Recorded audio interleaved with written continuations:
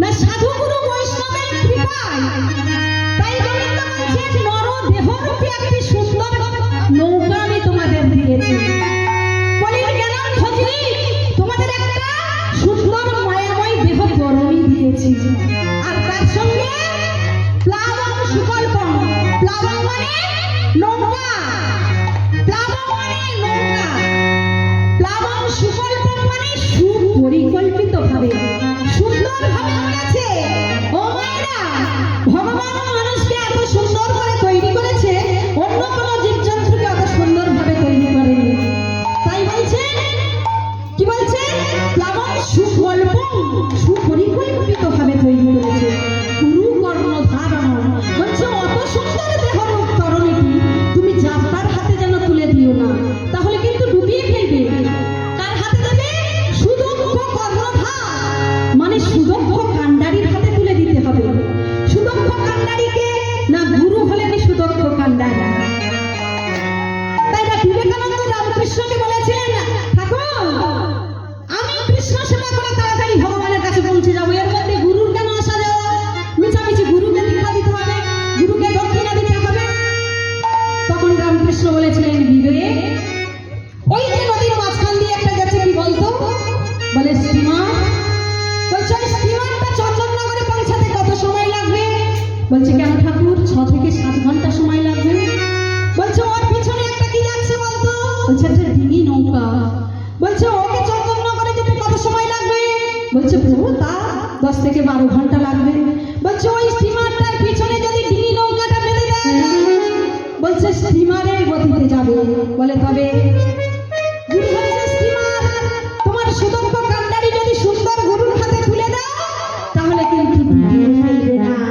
সেই জন্য বলছে তোমার সুন্দর দেহরূপ একটা তরণী দিয়েছি, গুরুরূপী কাণ্ডারি দিয়েছি। তার সঙ্গে শুধু কাণ্ডারি দিলে হবে না, আমারই কৃপার এই অনুকূল বাতাস দিয়ে দিয়েছি। গোবিন্দ বলছে আমার কৃপার অনুকূল বাতাস দিয়ে দিয়েছি, যে বাতাস সদাই অনুকূলে চলবে, প্রতিকূলে নয়। অনুকূলে চলবে, প্রতিকূলে নয়। আমার কৃপার বাতাসও তোমাদের কাছে দিয়ে দিয়েছি। এবার দেখো বলির গণান্ধজি, তোমরা যদি এই 3 রকম সুযোগ সুবিধা পেতে যদি ভগবানকে না ভজন সাধন করো, 3 রকম কি না সুন্দর তরণী, গুরুরূপী কর্ণধার আর ভগবানের কৃপারূপী অনুকূল বাতাস, এই 3 রূপ অনুকূল বাতাস থাকতে যে ভগবানকে না ভজন সাধন করে, আমার গোবিন্দ বলছে এই সংসার সাগরে সে আত্মহত্যা করে মরে। যে ছেলেটি গলায় দড়ি দেয় আমরা বলি ওই আত্মহত্যা করেছে, যে বিষ খেয়ে মরে বলে ওই আত্মহত্যা করেছে, কিন্তু আমরা বুঝতে পারছি না যে আমরাই আত্মহত্যা করছি। কেন না আমরা 3 রকম সুযোগ সুবিধা থাকতেও ভগবানকে ভজন সাধন করি না, তাই ওই সংসার সাগরে আমরা ডুবে মরে আত্মহত্যা করলাম। তাই আমরা কেউ আত্মহত্যা করবো না, কারণ আমরা সবাই হরিনামের আসরে এসেছি, আমরা সবাই কৃষ্ণ কথা শুনছি। তাই গোবিন্দ আমার সুন্দর মায়াময় তরণী তৈরি করেছে আর কাণ্ডারি হয়ে আছে। কি সুন্দর কাণ্ডারি হয়ে আছে। এদিকে সখীগণ এসে কি দেখছে, গোপীগণ এসে দেখছে যে গোবিন্দ আমার মধ্য যমুনার তরণী নিয়ে আছে। একদিকে গোপীগণ যমুনা পানে যায়, আর পড়িয়া রহিতে নয় গোবিন্দের দেখিল কথায়।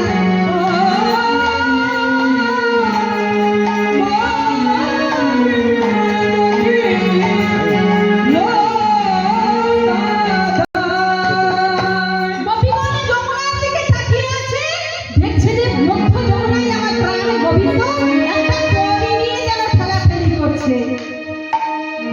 রাধারানী বলাইমাকে ডেকে বলছে, বলাইমা দেখবে এসো, দেখবে এসো, দেখো দেখবে এসো, দেখো মধ্য যমুনাতে না একটা কি যেন দেখতে পাচ্ছি। দেখো দেখো দেখো বহুদূর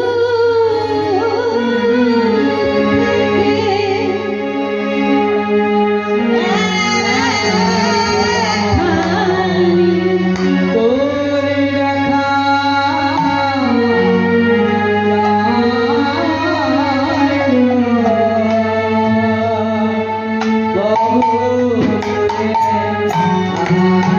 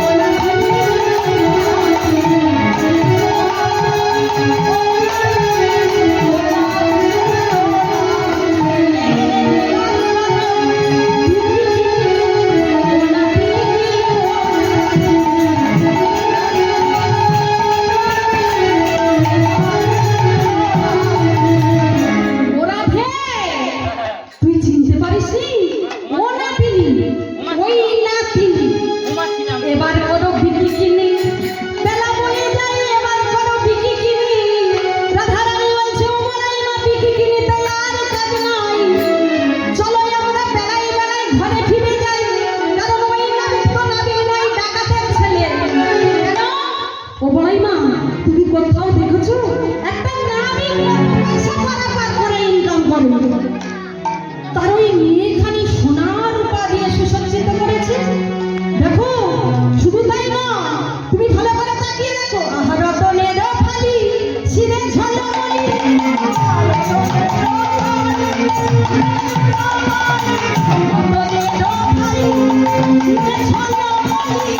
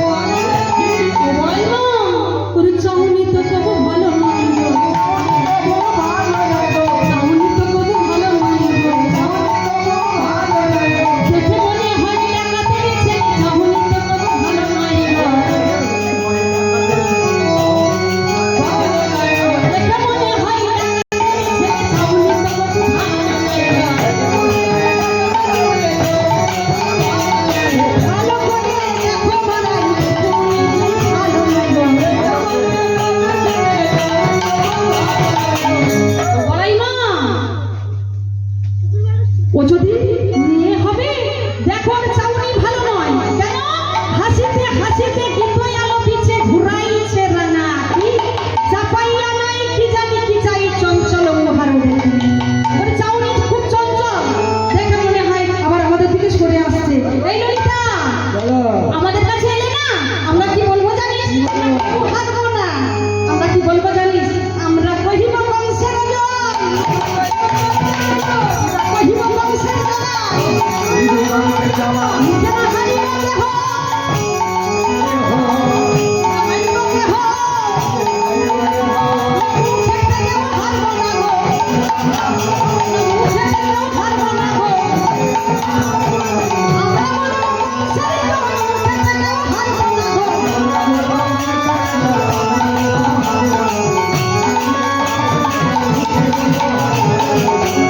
ভাই মা আমাদের দিকে আসছে, আমরা কি করবো জানো?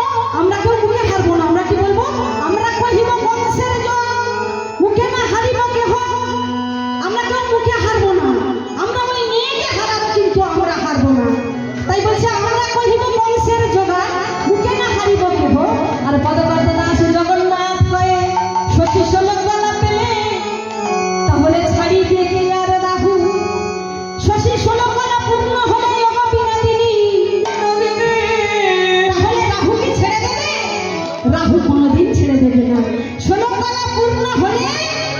গ্রাস করে নেবে। তাই রাধারানী বলছে বড়াই মা চলো এ ঘাটে পার হবো না অন্য ঘাটে যাবো। বড়াই মা বলছে ও রাধে যে ঘাটে পার হও না কেন শোনো রাধে বলে সকলে ঘাটে একই নাবি, সকলে ঘাটে একই নাবি, তুই যে ঘাটে পার হোস না কেন সকলে ঘাটে একই নাবি, যে ঘাটে পার হোস না কেন সকলে ঘাটে একই নাবি।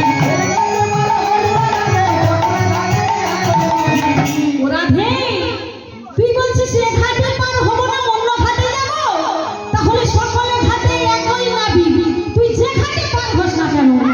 রাধারানী বলছে বড়াই মা এ তোমার মাথা খারাপ হয়ে যাচ্ছে, একজন নাবি কি করে সকল ঘাটে হয়। বলছে শোন রাধে আমরা জেনে মাতৃগর্ভ রূপে সমুদ্র হতে